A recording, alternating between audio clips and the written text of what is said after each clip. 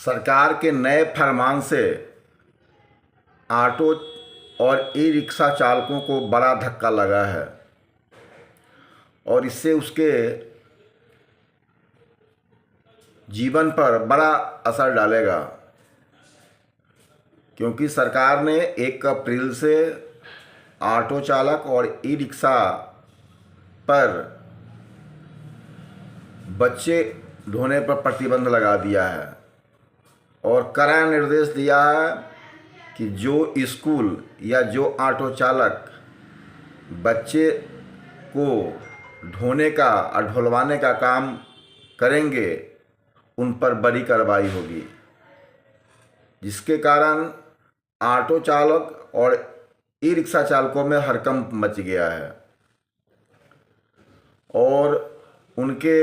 जीविका पर भारी असर पड़ने वाला है। हालांकि यह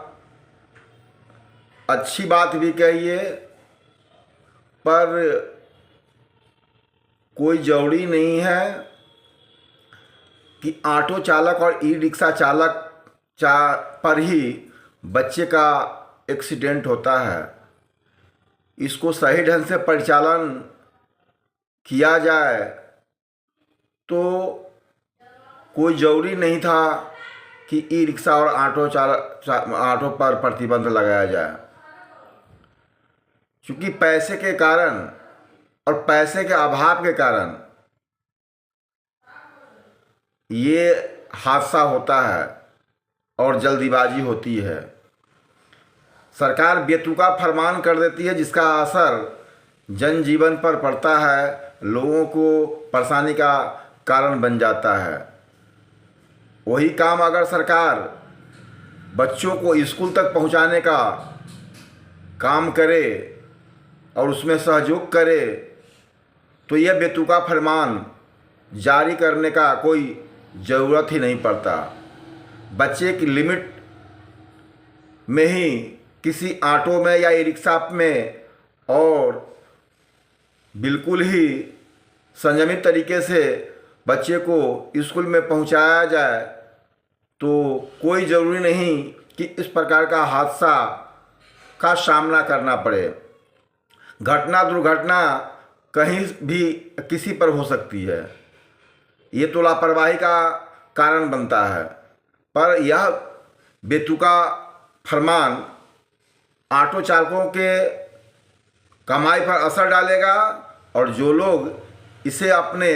जीविका का साधन बनाए हुए हैं और लोन लिए हुए हैं, कर्ज लिए हुए हैं, उनको बहुत परेशानी होगा और कई लोगों को इसका खामियाजा भुगतना पड़ेगा और लोग लोन चुकाने में उनको परेशानी होगी। सरकार को इस पर विचार कर और इसे सही ढंग से लागू करने का काम करना चाहिए, ताकि लगातार इसके साथ ही सड़क हादसे का शिकार बच्चे भी या देख लीजिए। सड़क हादसे को रोकने के लिए अब बिहार सरकार ने नया फरमान जारी किया है। नीतीश सरकार ने फैसला लिया है कि अब बिहार के जो स्कूल है उस स्कूली बच्चे जो है वो टोटो से और ऑटो से अब सड़कों पे नहीं चलेंगे। आए दिन बिहार के तमाम सरकारी स्कूल हो, निजी स्कूल हो, तमाम स्कूलों में जो है बच्चे जो है टोटो से और ऑटो से भर भर के विद्यालय पहुंचते थे और बच्चे सड़क हादसे का शिकार होते थे। और इस सड़क हादसे को रोकने के लिए अब नीतीश सरकार ने बड़ा फैसला लिया है कि अब बिहार के किसी भी जिले में यदि कोई बच्चे टोटो से स्कूल जाएगा, यदि ऑटो से स्कूल जाएगा तो उस ऑटो वाले पे भी कार्रवाई होगी और उस विद्यालय पे भी कार्रवाई होगी। और लगातार बिहार में यातायात व्यवस्था दुरुस्त करने के लिए सड़कों पर जो सीसीटीवी कैमरे लगाए जा रहे हैं, ट्रैफिक पुलिस को मुस्तैद किया जा रहा है। और देखिए किस तरीके से नीतीश सरकार ने बड़ा फैसला लिया है कि आए दिन बिहार में सड़क हादसे होते हैं और सड़क हादसे का शिकार जो है ज्यादातर स्कूली बच्चे होते हैं। और इन स्कूली बच्चों को सड़क हादसे से रोकने के लिए देखिए किस तरीके से नीतीश सरकार ने बड़ा फैसला लिया है कि अब बिहार के कोई भी स्कूल हो, उनके बच्चे अब टोटो से और ऑटो से स्कूल नहीं जाएंगे। तो साथियों, देखा आपने कि राज्य सरकार का जो ये फरमान जारी हुआ है उससे ऑटो चालकों, ई रिक्शा चालकों पर बड़ा असर डालेगा। मैं सरकार से मांग करता हूँ कि जो इससे क्षति होगा उसकी भरपाई सरकार अपने स्तर से करे, ताकि इनकी ज़िंदगी पर कोई असर न पड़े। हालांकि यह बेतुका फरमान है, मैं ऐसा मानता हूँ, क्योंकि अगर इसको नियमित और सही तरीके से इसका परिचालन किया जाए, बच्चे पैसे के कारण से ऑटो चालक भी अधिक बच्चे ढोते हैं और बच्चे के माता पिता भी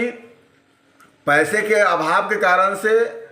मजबूर हैं वैसे गाड़ी में भेजने का, और स्कूल भी पैसे के लालच में एक ही गाड़ी में अधिक बच्चे ढोते हैं, जिसके कारण से ये हादसे के शिकार बनते हैं। यह जरूरी नहीं कि ऑटो चालक और ई रिक्शा पर ही बच्चे हादसे के शिकार होते हैं। इसको पुनर्विचार सरकार को करना चाहिए और